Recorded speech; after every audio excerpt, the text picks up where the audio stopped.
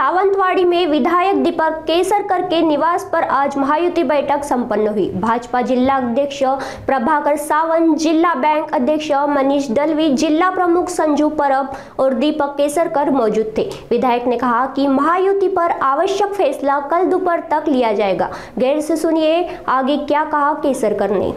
चर्चेचा तपशील जाहीर करता येणार नाही, परंतु महायुतीची बोलणी सुरू झाली ही गोष्ट आशादायक आहे आणि त्याच्यातून काहीतरी चांगलं निष्पन्न होईल याची मला खात्री आहे। महायुती केव्हापर्यंत होईल याची शक्यता आहे?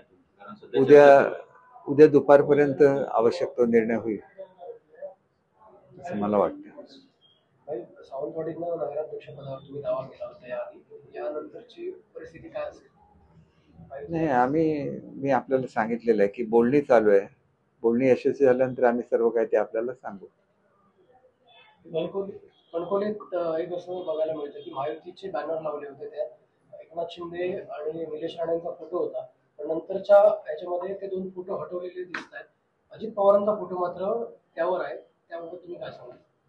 याच्यावर मला काही माहिती नाही। राणे साहेब सुद्धा महायुती संदर्भात इच्छुक आहेत, कसं पाहता? नाही, राणे साहेबांनी पुढाकार घेतल्यामुळेच महायुतीची बोलणी चालू झालेली आहे। त्याच्यातून काहीतरी चांगलं निष्पन्न होईल अशी मी अपेक्षा करतो।